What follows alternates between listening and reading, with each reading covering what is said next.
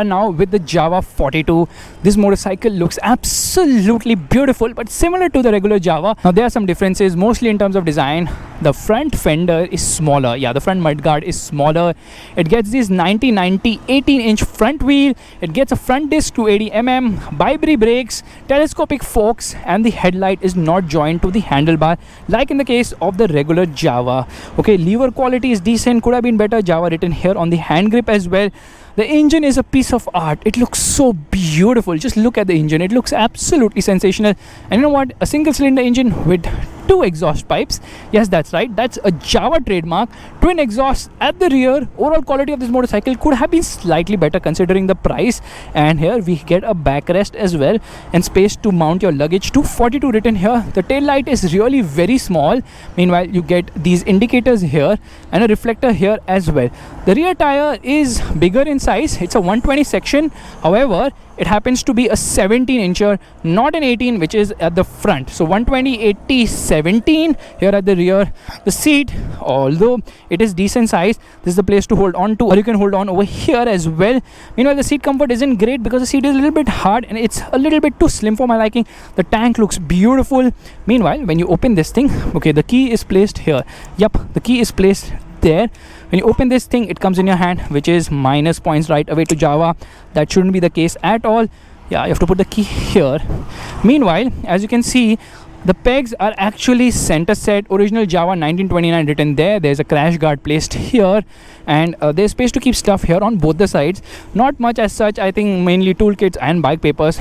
Twin exhaust like I told you earlier, and it gets both side as well as main stands. Yep, that is right, side as well as main stands.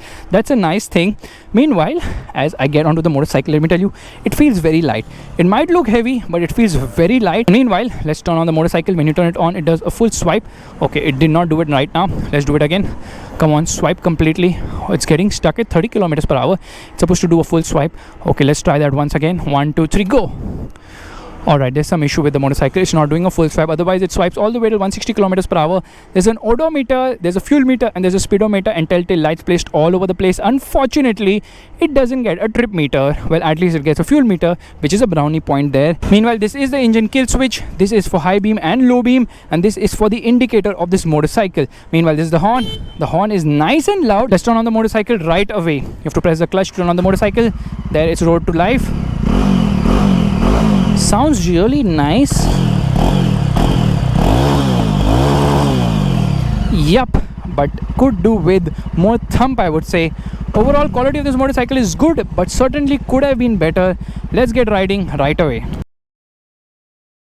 Alright, we are all set to go, and here we are. Yeah, this bike has a lot of false neutral somehow. Anyways, performance is really very brisk, because there's a good amount of low end punch on offer. No ground clearance at all. I mean, no ground clearance issue at all. And you can see the motor really pulls very nicely. The gearbox is smooth shifting minus that neutral gear issue.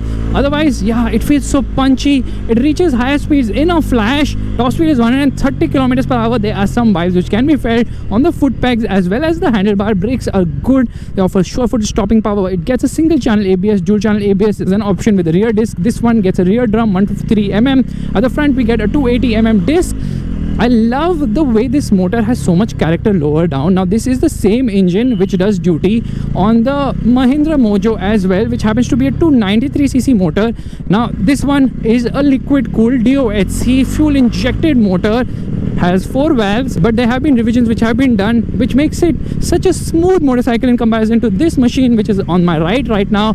Now, it has got revised cam profiles along with new valves, and of course they have really altered the engine to get the Java sound, although it's not there in the typical Java 2-stroke sound. However, it does sound nice. It doesn't have the thump of a Royal Enfield, but for the most part I would say that the performance is really very nice. It produces 27 horsepower. Meanwhile, torque output is 28 Newton meters. Now, all that power and torque has been tuned to come lower down the rev range, because of which I can confidently say it has got a great low and mid-range punch.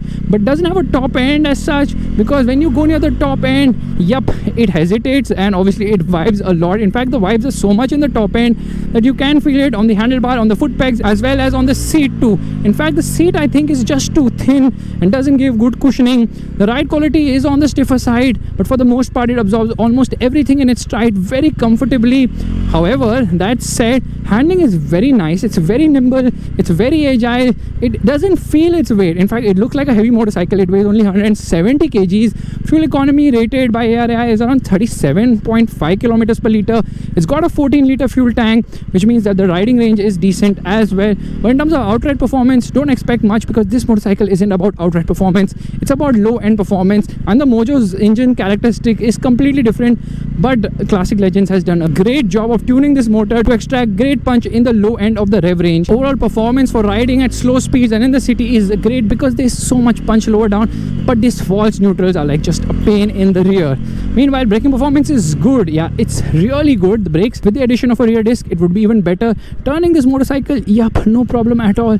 It feels so comfortable. In fact, the Java 42 feels so much better to ride than the Java, just because of the handlebar positioning. The handlebar is wider and it just feels more inspiring to ride this motorcycle somehow faster. That said, you know what Java could have done is given it slightly more refined. Yes, it's a refined motor, but from a single cylinder, that's all you can expect. Although I expect it slightly better, because although it's way more refined than a Royal Enfield, still you can feel the vibe. Especially when you get into the top end, you can feel a lot. In fact, right now I've got into higher gear, and in higher gear, if you open the throttle, it just pulls smoothly. The exhaust note is a bit mellow for my liking. Now there are 3 exhaust settings. You can actually change the position of the DB killer or remove it altogether to improve the sound of this motorcycle, and the sound is nice. Yeah, not the 2-stroke, but still nice enough, I would say. Peak torque of this motorcycle is produced just at 5,500 RPM. Yes, it produces a lot of its power and torque lower down the rev range, which makes it such an exciting motorcycle to ride in the city. You don't have to head to the top end every time, and then there's no tachometer on offer either.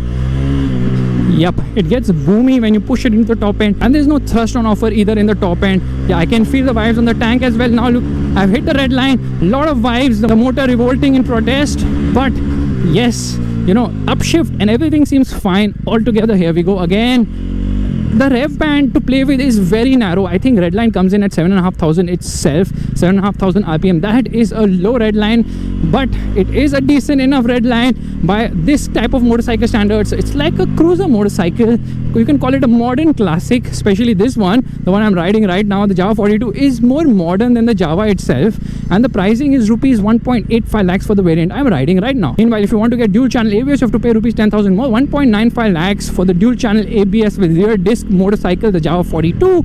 And certainly this motorcycle has a lot of appeal and a great alternative to Royal Enfield motorcycles. I mean, it's so much easy to handle and maneuver, and I love the way there is so much punch lower down. Only thing is, somehow, I don't know why, you know, from first to second it always gets stuck in neutral. Meanwhile, it's so easy to ride this machine. It's so nimble. The mirrors don't offer a good view of what's behind, and there's some vibe when you get to the top end with the mirrors as well. So basically there's so many vibes on this motorcycle when you get into the top end, because top end is not a place where this motorcycle should be taken to.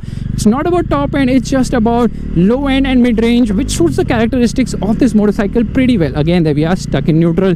This neutral is really bugging me off right now. So get hard into the gas. I realized that the front is a bit soft, and that softness is fine, because that softness from the front gives it compliance over bumps. Yeah, this bike is not for high speeds, but at lower speeds that softness helps. Like over a speed breaker, even if you take it slightly at higher speed, no problem at all, it just glides through. That is the beauty.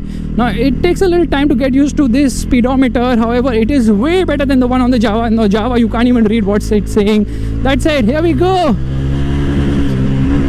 Yeah, a lot of vibes. Maybe this motorcycle has been used a lot and not serviced, that's why the vibes can be felt.